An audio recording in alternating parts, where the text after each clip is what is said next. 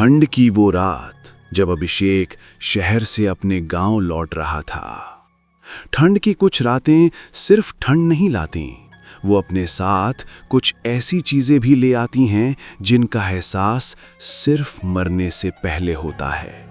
आज की कहानी एक ऐसी ही रात की है, एक ऐसी रात जिसके बाद अभिषेक कभी गांव नहीं पहुंचा।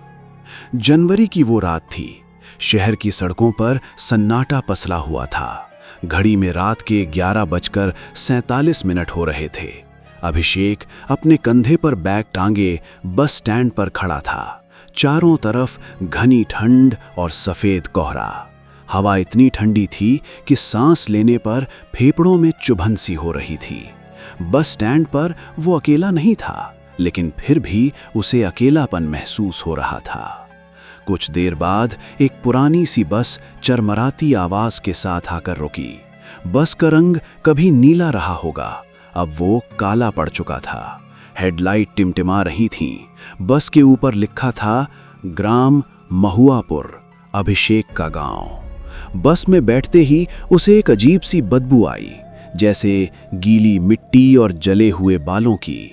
कंडक्टर ने टिकट देते हुए अभिषेक को एक पल ज्यादा देर तक देखा। उसकी आंखें अजीब तरह से चमक रही थीं और फिर बोला, इतनी ठंड में गांव क्यों जा रहे हो? अभिषेक हल्का सा मुस्कुराया, मां बीमार है। कंडक्टर कुछ नहीं बोला, बस हल्की सी डरावनी हंसी हंसी। बस शहर से बाहर निकल चुकी थी। अब दोनों तरफ सिर्फ खेत और घना कोहरा। बस में कुल 5 लोग थे, लेकिन अभिषेक को ऐसा लग रहा था जैसे कोई उसे लगातार देख रहा हो। वो पीछे मुड़ा। सब लोग अपनी अपनी सीट पर चुपचाप बैठे थे। कोई बात नहीं कर रहा था।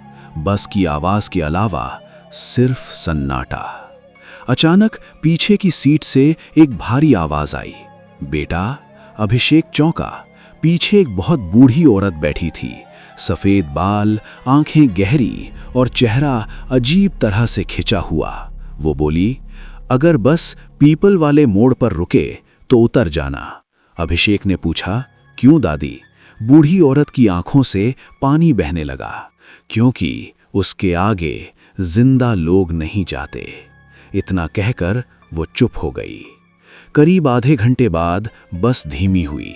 कोहरे के बीच एक विशाल पीपल का पेड़ दिखाई दिया। बस रुक गई। कंडक्टर ने आवाज लगाई, कोई उतरना है? अभिषेक का दिल जोर से धड़कने लगा। बूढ़ी औरत अब वहां नहीं थी, सीट खाली थी। अभिषेक ने सोचा शायद वो पहले उतर गई होगी। बस फिर चल पड़ी। अब ठंड और ज्यादा बढ़ चुकी थी। बस के शीशों पर अंदर से हाथों के निशान बनने लगे। अभिषेक ने डरते हुए शीशे को छुआ। वो निशान गर्म थे।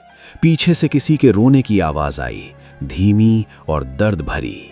अभिषेक ने हिम्मत करके कंडक्टर से पूछा, ये बस इतनी सुनसान क्यों है? कंडक्टर ने धीरे से कहा, क्योंकि ये बस पिछले 10 साल पहले एक्सीडेंट में जल चुकी थी। अभिषेक के हाथ से बैग गिर पड़ा। और तुम? कंडक्टर की आवाज अब भारी हो चुकी थी, तुम भी उसी बस में थे। अचानक बस के अंदर आग की लपटें दिखने लगीं। लोग चीख रहे थे। अभिषेक को याद आया वो एक्सीडेंट, वो आग और वो दर्द। वो मर चुका था। बस पीपल के पेड़ के पास फिर रुकी। इस बार कंडक्टर बोला, अब उतर जाओ। जैसे ही अभिषेक नीचे उतरा, बस गायब हो गई। सुबह उसी जगह एक जला हुआ शव मिला।